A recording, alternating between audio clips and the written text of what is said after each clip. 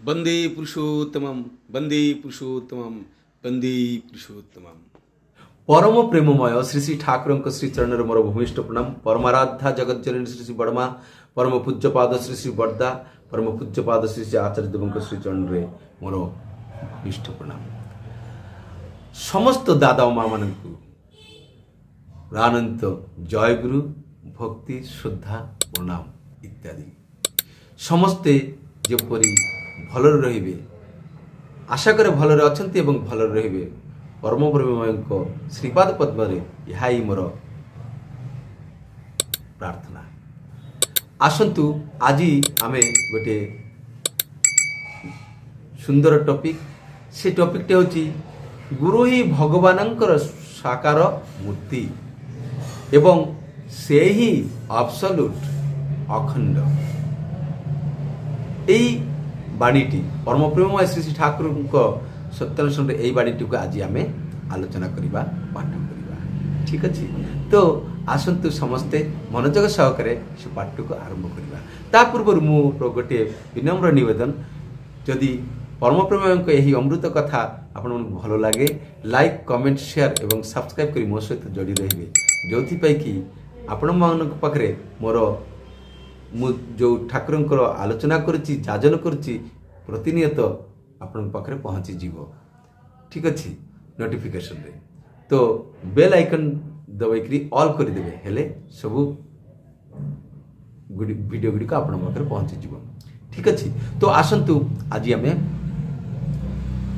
से ठाकुर परम प्रेममय अमृतवाणी सत्यानुष्ठान गुरु ही भगवानंकर साकार मूर्ति एवं से ही अखंड यही कथाटी यही बाणीटी पाठ है श्री श्री पितृदेव आदेश रे सतीश दा कहते गुरु को भितरे कम किछि रहे नहीं। श्री श्री पितृदेव कहते सी अब्सोल्यूट अर्थात अखंड तेणु ताहा भितरे कौन सी कमी नहीं। कुल गुरु को निकट रे जेतेबेले आमे दीक्षा नेउछु सेतेबेले तांको ही भगवानकर साकार मूर्ति मने करिबा दरकार।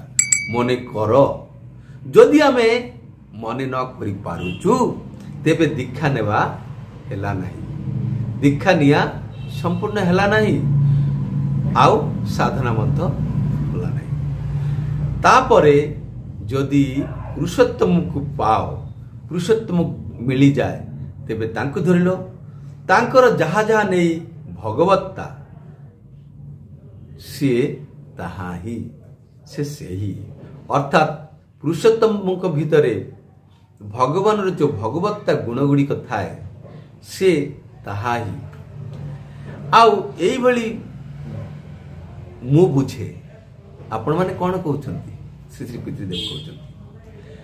यहाँ पर आउ गोटे बाणी परम प्रेममय श्री श्री ठाकुर अच्छी गुरु को मोर बोली जानिबा को हुए माँ बाप पुत्र इत्यादि घर परिवार लोक भाविबा गले जेपरी तांकर मुहटी मध्य मने पड़े तांकर भत्सनार भय रखिबा ठारू भलो पाइबार भय रखिबा भलो। मु जदि अन्याय करे तांको प्राण रे व्यथा लागिबो तांको कष्ट होबो। एई कथा गुड़िक आज आमे आलोचना करिबा।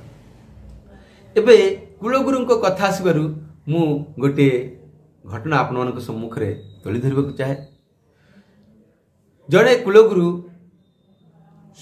सतीश गोस्वामी दा सी अद्वैत महाप्रभुंकर वंशधर थिले। तांकर शिष्य सेते बेलर समय 1200 शिष्य चारिआडे सारा भारत वर्ष रे थिले। गोटे समय तिनी सी तीर्थ भ्रमण रे बाहरिबे यहाँ मन करी से बाहरिले। कुष्ठियारू से स्टीमर धरिकी आगेबे। कुष्ठियारे जड़े तांकर शिष्य थिले जीए ठाकुरंक सहित मिलामिशा करती ठाकुर पाखरे जाती एवं ठाकुर को एते भल पाई बसचंती एते प्रेम करी बसचंती एते निजर मन करी बसचंती से ठाकुर को निज हृदय रे भगवान स्थान दे बसचंती। ମନେ ପ୍ରାଣେ ସେ ଠାକୁରଙ୍କୁ ଭଗବାନ ବୋଲି ଭାବନ୍ତି। ଆଉ ସେ ଶିଷ୍ୟଙ୍କ ସହିତ ଷ୍ଟିମର ଘାଟ କୁଷ୍ଠିଆ ଷ୍ଟିମର ଘାଟରେ ତାଙ୍କର ଦେଖା ହେଲା। ସେତେବେଳେ ସେ ଭାଇ ଜଣକ ବା ଭକ୍ତ ଜଣକ ତାଙ୍କର କୁଳଗୁରୁଙ୍କୁ ପାଇ କ'ଣ କରିବ କି କର୍ତ୍ତବ୍ୟ ବିମୂଢ଼ ହୋଇ ପଡ଼ିଲେ। କୁଳଗୁରୁ ଆସିଛନ୍ତି, ତାଙ୍କୁ ତ ଘରେ ସାଦରରେ ନେଇଯିବାକୁ ହିଁ ପଡ଼ିବ, ନଚେତ୍ ଅବମାନନା କରାହବ, ଅବଜ୍ଞା କରାହବ, ତାଚ୍ଛଲ୍ୟ କରାହବ। ତେଣୁ ତାଙ୍କୁ ସାଦରରେ ବିନମ୍ରତାର ସହିତ ପ୍ରାର୍ଥନା କରି ନିଜ ବାଟିରେ ନେଇଯିବାକୁ ଉଦ୍ୟତ ହେଲେ। ଏବଂ ସତୀଶ ଗୋସ୍ୱାମୀ ତାଙ୍କର ଯେଉଁ ଯାତ୍ରା ବାହାରିବା ପାଇଁ ଯେଉଁ ଇଷ୍ଟିମେଟ୍ ଥିଲେ ସେ ଗୋଟେ ଦିନ ପରେ ଥିଲା। ତେଣୁ ସେ ତାଙ୍କର ପ୍ରାର୍ଥନାକୁ ସ୍ୱୀକାର କରି ତାଙ୍କ ଘରେ ଯିବାକୁ ଉଦ୍ୟତ ହେଲେ। ଏମତ ସମୟରେ ସେଇ ଯେଉଁ ଶିଷ୍ୟଟି ଥିଲେ ତାଙ୍କ ମନ ଭିତରେ ଭୟ, ବିପଦ, ମହାବିପଦର ଆଶା, ଆତଙ୍କ ଘେରି ଧରିଲେ। କାହିଁକି? କାରଣ ସେ ଠାକୁରଙ୍କୁ ମନେ ପ୍ରାଣେ ଭଗବାନ ବୋଲି ଭାବି ଦେଇଛନ୍ତି ଏବଂ ଠାକୁରଙ୍କର ନୀତିବାଣୀ ଆଦେଶ ସବୁ ଘରର କାନ୍ଥରେ କାନ୍ଥରେ ଲଗା ହେଇଛି। ଯଦି ମୋର ଏଇ ଗୁରୁଦେବ ଯିବେ ଏବଂ ତାହା ଦେଖିବେ, କ'ଣ ନ ହେଇପାରେ। ଆଗ କାଳରେ କୁଳଗୁରୁମାନେ ଅସନ୍ତୁଷ୍ଟ ହେଲେ ବା ରାଗିଗଲେ ସାପ ମଧ୍ୟ ଦେଉଥିଲେ। ସେଇ ଯେଉଁ ପ୍ରାଣଘାତୀ ଅଭିଶାପର ଭୟରେ ସେ ଥରଥର ହେଇକି କମ୍ପୁଛନ୍ତି, ଥରୁଛନ୍ତି ଥରଥର ହେଇକରି। ଆଉ ଏମିତି ଚିନ୍ତା କରି ସେ ଗୁରୁଦେବଙ୍କୁ ନେଇ ନିଜ ଘର ଆଡ଼କୁ ଗଲେ। ସତୀଶ ଗୋସ୍ୱାମୀ ଯେତେବେଳେ ତାଙ୍କ ଘର ଦୁଆରରେ ପାଦ ରଖିଲେ, ଭିତରେ ପ୍ରବେଶ କରିବାକୁ ଯାଉଛନ୍ତି, ହଠାତ୍ ତାଙ୍କର ଦୃଷ୍ଟି କାନ୍ଥ ଉପରେ ପଡ଼ିଲା। ସେ କାନ୍ଥରେ ଗୋଟିଏ ବାଣୀ ଲେଖା ହେଇଛି। ସେ ବାଣୀଟି ହେଉଛି, ଭୋଗର ଦ୍ରବ୍ୟକୁ ସାମ୍ନାରେ ରଖି ତ୍ୟାଗ ହିଁ ପ୍ରକୃତ ତ୍ୟାଗ। ଭୋଗର ଦ୍ରବ୍ୟ ସାମ୍ନାରେ ରଖି ତ୍ୟାଗ ହିଁ ପ୍ରକୃତ ତ୍ୟାଗ। এই বাণীটি ଦେଖିକି ସେ ସ୍ତମ୍ଭିତ ହେଇଗଲେ କିଛି କ୍ଷଣ ପାଇଁ ଏବଂ ପଚାରିଲେ, ଏଇ ବାଣୀଟି କାହାର? ଏଇ ବାଣୀଟି କାହାର? ସେତେବେଳେ ସେ ଶିଷ୍ୟଟି ତ ତଣ୍ଟି ଶୁଖି ଯାଇଛି। ସେ କ'ଣ କହିବ କିଛି ବୁଝିପାରୁନି।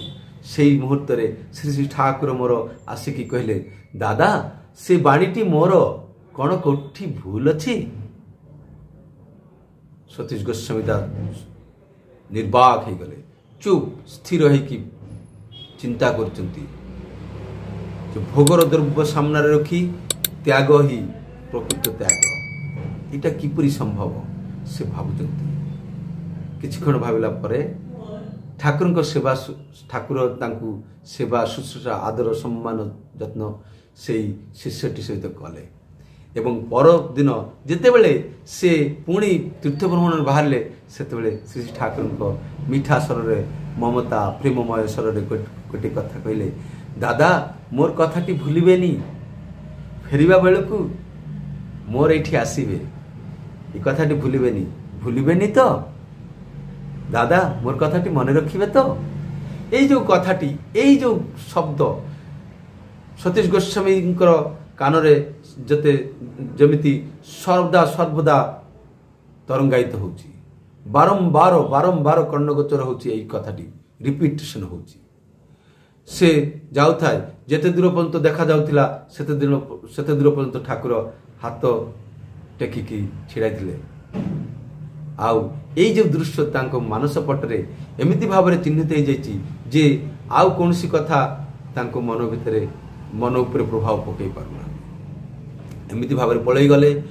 କେତେ ତୀର୍ଥ, ଗୟା, କାଶୀ, ବୃନ୍ଦାବନ, ଗଙ୍ଗା ସ୍ନାନ ଏମିତି ସବୁ କରିଛନ୍ତି।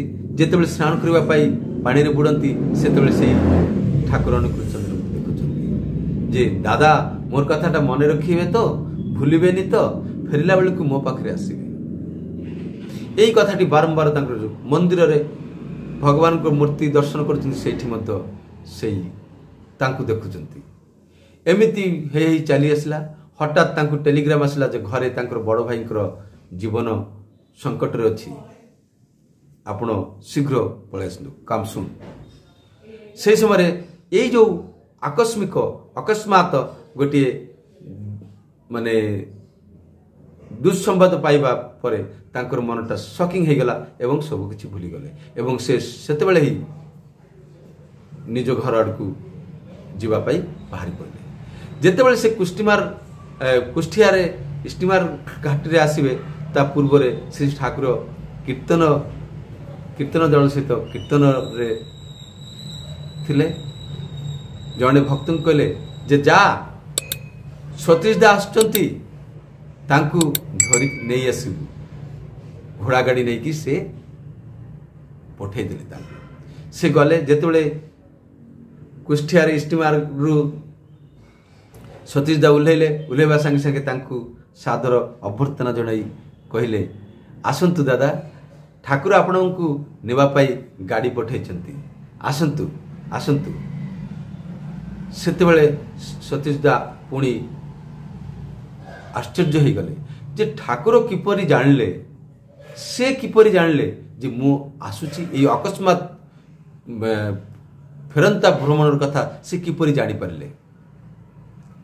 ଅବାକ ହେଲେ, ସେଇଟା ଚିନ୍ତା କରୁଛନ୍ତି ଏବଂ ଯେମିତି ସମ୍ମୋହିତ ହେଲା ଭଳିଆ ସେ ଗାଡ଼ିରେ ଯାଇକି ବସିଗଲେ। ଯାଇକି ଦେଖିଲେ ଶ୍ରୀ ଠାକୁର କୀର୍ତ୍ତନରେ ମଗ୍ନ ହେଇଛନ୍ତି, ମାତି ଯାଇଛନ୍ତି। ସମସ୍ତେ କୀର୍ତ୍ତନରେ ମଗ୍ନ ହେଇଛନ୍ତି। ତାଙ୍କ ଦେହରୁ ଯେପରି ସ୍ୱେଦ ସ୍ଫୁରିତ ହେଉଛି, ଯେମିତିକି ପଦ୍ମର ଗନ୍ଧ ବାହାରୁଛି।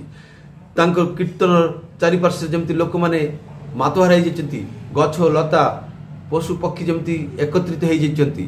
ଆଉ ଏମିତି ପରିସ୍ଥିତିରେ ଯାଇକି ଦେଖିଲେ ଶ୍ରୀ ଠାକୁର ଭାବ ସମାଧି ପ୍ରାପ୍ତ ହେଇଛନ୍ତି। ଆଉ ଏହି ସମାଧି ଅବସ୍ଥାରେ ଶ୍ରୀ ଠାକୁର ତାଙ୍କ ନିଷ୍ପ୍ରାଣ ଅବସ୍ଥାରୁ ତାଙ୍କ ମୁହଁରୁ ବାଣୀ ବାହାରୁଥାଏ, ଅନର୍ଗଳ ବାଣୀ ବାହାରୁଥାଏ ବିଭିନ୍ନ ଭାଷାରେ। ଆଉ ସେଇ ଭାଷା ଗୁଡ଼ିକ ଲିପିବଦ୍ଧ ହେଇଛି ପୁଣ୍ୟପତି ଭାବବାଣୀରେ।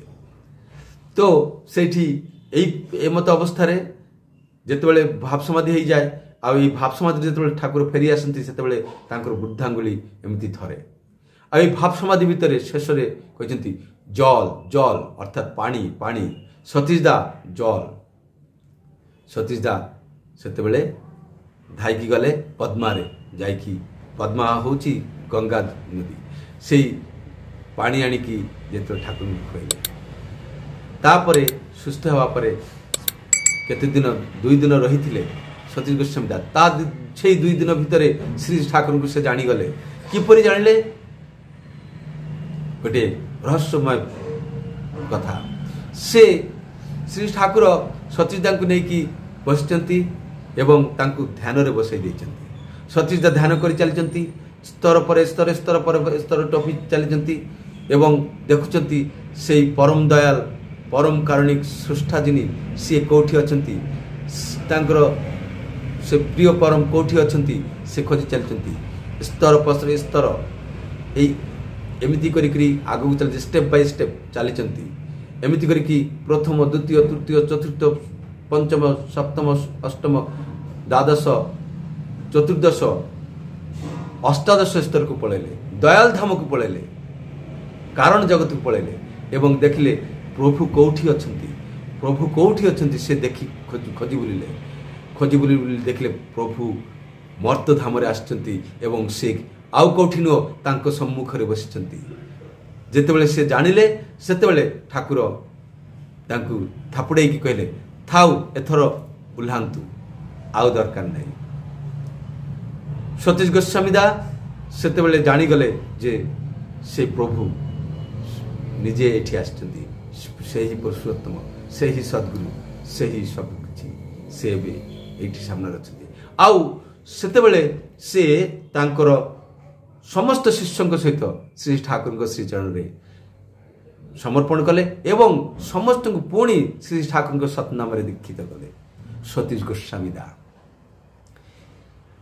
ହେଲେ କୁଳଗୁରୁ କ'ଣ କରନ୍ତି ନା, ଯେତେବେଳେ ସଦ୍ଗୁରୁ ପୁରୁଷୋତ୍ତମ ନଥାନ୍ତି ସେତେବେଳେ ଏହି ଜଗତକୁ ଆଲୁଅରେ ଉଦ୍ଭାସିତ କରନ୍ତି। ତେଣୁ ସେ ଯେତେବେଳେ ପୁରୁଷୋତ୍ତମ আসেন যখন সবগুরুর সার্থকতা তাকে ধরলে থাকে না গুরুত্যাগের ঘৃণ্য কথা। পুরুষোত্তম আসନ୍ତି যেତେବେଳେ সবগুরুর সার্থকতা, গুরুଙ୍କର ସାର୍ଥକ ହୁଏ, ସବୁ ଗୁରୁ ସମସ୍ତ ଗୁରୁମାନେ ସାର୍ଥକ ହୁଅନ୍ତି। ତାଙ୍କୁ ଧରିଲେ ରହେ ନାହିଁ ଗୁରୁ ତ୍ୟାଗର ଘୃଣ୍ୟ କଥା। ତେଣୁ ସଦ୍ଗୁରୁ ଲାଭ କଲେ ସେତେବେଳେ କୁଲଗୁରୁଙ୍କ ସହିତ ସଦ୍ଗୁରୁଙ୍କୁ ଧରିବା ଆବଶ୍ୟକ ଅଛି। সদ্দীক্ষা তুই এক্ষুনি নেস ইষ্টে তেরাক সম্প্রীতি মরণ তারণ এনাম জপে কাটে অকাল সম্ভীতি। অর্থাৎ সদ্দীক্ষা এবে ହିଁ ନେବାକୁ ପଡ଼େ। ଆଉ ଏହା କଲେ ସବୁକିଛି ଦୂର ହେଇଯାଏ। ରୋଗ ଶୋକ ତାପ ସବୁକିଛି ଶେଷ ହୋଇଯାଏ। ତେଣୁ ଗୁରୁ ହିଁ ଭଗବାନଙ୍କର ସାକାର ମୂର୍ତ୍ତି ଏବଂ ସେହି ଅଖଣ୍ଡ। ହେଲେ ଗୁରୁ ଯିଏ ବି ହେଉନା କାହିଁକି ଯେମିତି ବି ହେଉନା କାହିଁକି ଠାକୁର କହିଛନ୍ତି ତାଙ୍କୁ ବିଶ୍ୱାସ କରେ। ଯେମିତି ବିଶ୍ୱାସ କରିବୁ ସେମିତି ତାଙ୍କ ଭିତରେ ହିଁ ସେଇଟା ପଥର ହେଉ କିମ୍ବା ଛେଳି ମେଣ୍ଢା ଯାହା ବି ହେଉ ତାଙ୍କ ଭିତରେ ସମସ୍ତ ଭଗବାନର ସତ୍ତା ବର୍ତ୍ତମାନ ହେଇଯିବ, ଉପସ୍ଥିତ ହେଇଯିବ। ତେଣୁ ବିଶ୍ୱାସ ଦରକାର। ତେଣୁ ଗୁରୁଙ୍କୁ ହିଁ ଭଗବାନର ସାକାର ମୂର୍ତ୍ତି। ଆଉ ସିଏ ଅବସଲ୍ୟୁଟ୍, ସିଏ ଅଖଣ୍ଡ। ସେ କିଏ? ସଦ୍ଗୁରୁ। ଠାକୁର ଆହୁରି କହୁଛନ୍ତି ଗୁରୁଙ୍କୁ କିପରି ଭଲ ପାଇବାକୁ ହୁଏ, ଗୁରୁଙ୍କୁ କିପରି ଆପଣାର କରିନେବାକୁ ହୁଏ, କିପରି ଭାବରେ ନେଇ ହେବ ତାହା ପାଇଁ ଗୋଟେ ବାଣୀ ଦେଇଛନ୍ତି। ଗୁରୁଙ୍କୁ ମୋର ବୋଲି ଜାଣିବାକୁ ହୁଏ। ବାପା ମା ପୁତ୍ର ଇତ୍ୟାଦି ଘରର ଲୋକଙ୍କ କଥା ମନେ ପଡ଼ିଲେ ଯେମିତି ତାଙ୍କର କଥା ବି ମନେ ପଡ଼େ। କାହାର କଥା? ଗୁରୁଙ୍କର କଥା। ଯାହାର କଥା ମୋର ପ୍ରିୟ ଜନ ଯେ ବି ଅଛନ୍ତି ସମସ୍ତଙ୍କ ଯାହାର କଥା ମନେ ପଡ଼ୁଛି ତାଙ୍କର କଥା ମନେ ପଡ଼ିଲା ବେଳକୁ ତାଙ୍କର ଗୁରୁଙ୍କ କଥା ମଧ୍ୟ ଯେମିତି ମୋର ମନେ ପଡ଼େ। ଆହୁରି କହୁଛନ୍ତି ଯେ ତାଙ୍କୁ କେମିତି ଭଲ ପାଇବା? ତାଙ୍କର ଭତ୍ସନର ଭୟ ରଖିବା ଠାରୁ ଭଲ ପାଇବାର ଭୟ ରଖିବା ଭଲ। ମୁଁ ଯଦି ଅନ୍ୟାୟ କରେ ସଦାସର୍ବଦା ଭାବିବାକୁ ମୁଁ ଯଦି କିଛି ଅନ୍ୟାୟ କରେ ହେଲେ ତାଙ୍କ ପ୍ରାଣରେ ବ୍ୟଥା ଲାଗିବ, ତାଙ୍କୁ ଯନ୍ତ୍ରଣା ହେବ, ତାଙ୍କୁ କଷ୍ଟ ହେବ। ତାଙ୍କର କଷ୍ଟ ତ ଆମର କାମ ନୁହଁ, ତାଙ୍କର ଖୁସି ତାଙ୍କର ଆନନ୍ଦ ହିଁ ମୋର କାମ। ଯେମିତି ଶ୍ରୀ ହନୁମାନ ଥିଲେ ଶ୍ରୀରାମଙ୍କ ପାଇଁ। ଠାକୁର ଗୋଟେ ଜାଗାରେ କହିଛନ୍ତି ଯେ ଭକ୍ତ ଅନେକ ଦେଖେ କିନ୍ତୁ ଶ୍ରୀ ହନୁମାନଙ୍କ ଭଳି ଆଉ ଗୋଟେ ଦେଖିବାକୁ ମିଳେ କମ୍। ତ ଆସନ୍ତୁ ଠାକୁର ହିଁ ଭଗବାନ, ତାଙ୍କୁ ଏମିତି ଭାବରେ ଭଲ ପାଇ ନିଜ ଜୀବନକୁ ଧନ୍ୟ କରିବା ଆଉ ମୋର ସମାଜକୁ ମଧ୍ୟ ଧନ୍ୟ କରିବା। ଠିକ୍ ଅଛି, ଆଜି ପାଇଁ ଏତିକି। ଜୟ ଗୁରୁ, ବନ୍ଦେ ପୁରୁଷୋତ୍ତମ। ସମସ୍ତେ ଭଲ ରହିବେ।